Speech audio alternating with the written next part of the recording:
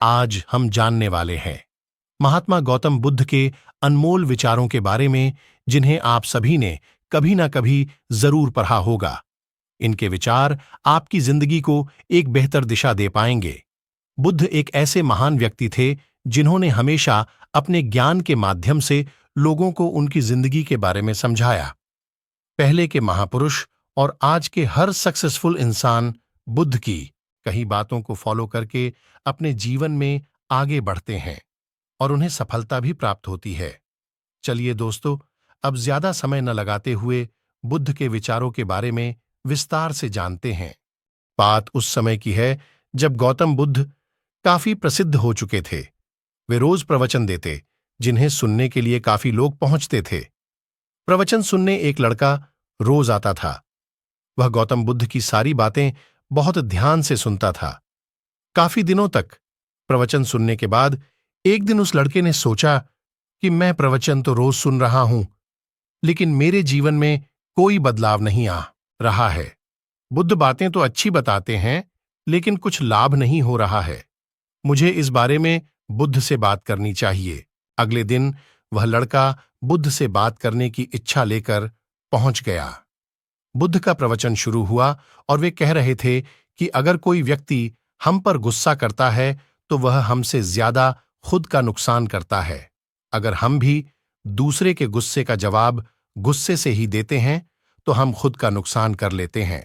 बुद्ध की ये बातें सुनते ही वह लड़का खड़ा हो गया और कहने लगा कि तथागत, मैं बहुत दिनों से आपके प्रवचन सुन रहा हूं, लेकिन मेरे जीवन में तो कोई बदलाव ही नहीं आया है। जब वह लड़का चुप हो गया तो बुद्ध ने उससे पूछा कि तुम कहाँ रहते हो? लड़का बोला कि मैं श्रावस्ती में रहता हूं।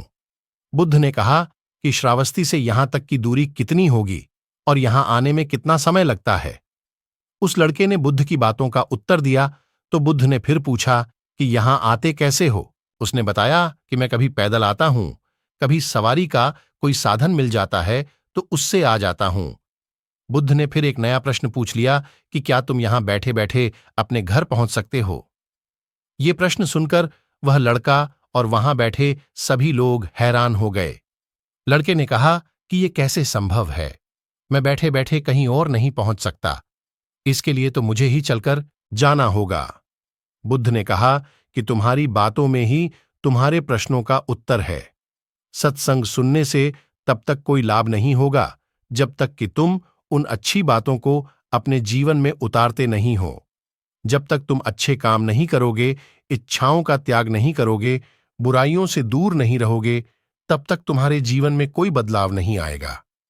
सिर्फ प्रवचन सुन। बुद्ध ने आगे कहा कि अगर तुम कोई अच्छा करना चाहते हो तो उसके लिए तुम्हें प्रयास करना होंगे। विचार करने से काम नहीं होगा।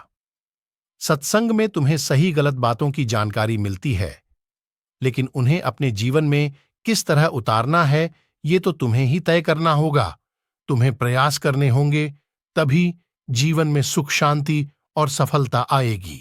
सत्संग करते रहने से हमारी बुद्धि पवित्र रहती है और हमारा मन गलत बातों से बचा रहता है। अगर हम सत्संग नहीं करेंगे तो हमारे विचार भटक सकते हैं। इसलिए अच्छी किताबें पढ़नी चाहिए, अच्छे लोगों की संगत में रहना चाहिए।